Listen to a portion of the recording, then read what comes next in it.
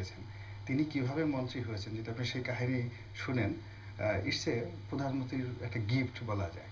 আপনি জানেন? হ্যাঁ, অবশ্যই জানি। আমি আপনাকে শোনাচ্ছি। সেটা হলো যে এই যে মাননীয় প্রধানমন্ত্রী যখন বিরোধী দলীয় নেত্রী ছিলেন, সম্ভবত 2005, 2004 অথবা 2006 সনে আপনার মনে আছে, উনি একবার চীন ভ্রমণে গেলেন। চীন ভ্রমণে যাওয়ার পরে ওখানে হ্যানজু নামে একটা প্রভিন্স আছে, সেখানে একটা লেক আছে, ওয়েস্ট লেক।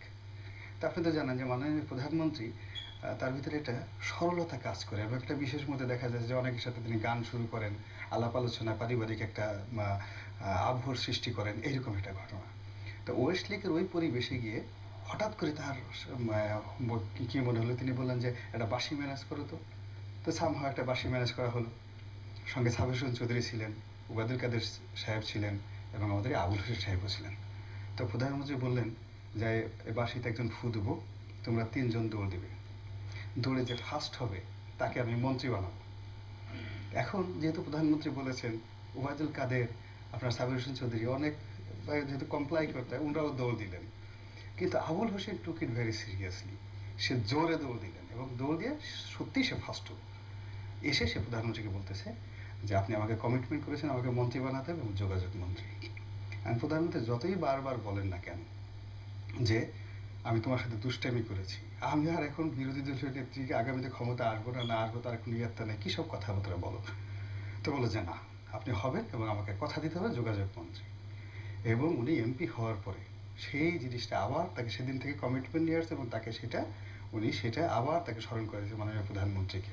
এই হলো তার যোগাযোগ মন্ত্রী হওয়ার সত্যিকার ইতিহাস। এর বাইরে যে সমস্ত কথাবার্তা বলেন, যা কিছু বলেন, দিস নট দ্য রিয়ালিটি। আমরা তো কাছাকাছি থাকি, অনেক জিনিস ভাবি। মাননীয় যোগাযোগ মন্ত্রী নিজেকে এমনভাবে চিনেন যে আমরা আসলে তাকে ওইভাবে চিনি না। যেমন উনি সংসদে আমরা যখন প্রশ্ন করি, তো উনি উত্তর দেন, এবং সকলের নাম, আরবিতে নাম, সেটার বাংলা অর্থ কি, এটা উনি অনেকক্ষণ বসে বসে যাবেন এটার ব্যাখ্যা দেন। সমস্ত সংসদ এটা নিয়ে ঠাট্টা মস্কারা করে। উনি বুঝেন না যে এটা নিয়ে ওনাকে ঠাট্টা করা হচ্ছে। উনি মনে করে যে সমস্ত মানুষ যে হাসাহাসি করতেছে, মনে হয় তার প্রশংসা করছে। এই একটা ব্যাপার। এবং আপনি আরও আশ্চর্য হয়ে যাবেন যে এটা বললেন যে আরও 6-7 মাস আগে একদিন আমাকে উনি বললেন যে রনি, সারা পৃথিবীতে ট্রান্সপোর্ট মিনিস্টার মিনস বিমান মন্ত্রণালয় তার আন্ডারে থাকবে, যোগাযোগ মন্ত্রণালয় তার থাকবে, এবং নৌ পরিবহন যেটা তার আন্ডারে থাকবে। তা আমি তো এই যে কাজগুলো করতেছি এত দক্ষতার সঙ্গে, যে এই কাজ করার পরও আমার হাতে প্রচুর সময়, বিমান চালাতে পারছে না, না পারলে আমাকে দিয়ে দিক। যদি নৌ পরিবহন মন্ত্রী না চালাতে পারে আমাকে দিয়ে, আমি সবগুলো চালাতে পারি, কিভাবে কাজ করতে আমি দেখাই দিতে চাই। তা আজ থেকে 6 মাস আগে এই হলো তার অনুভূতি। এবং আপনি দেখবেন আশ্চর্যের একটা ব্যাপার, যে কোনো একটা পরিবেশে যখন মানুষ মারা যায়, তখন কিন্তু আপনার যতই রকম শত্রু মারা যাক না কেন, আপনি হাসতে পারেন না, এবং ক্যানট লাভ।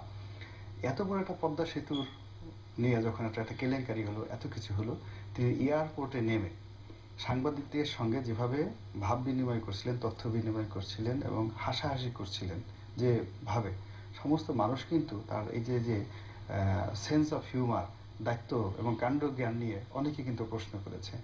আলটিমেটলি এই যে একজন ব্যক্তি বিশেষের কারণে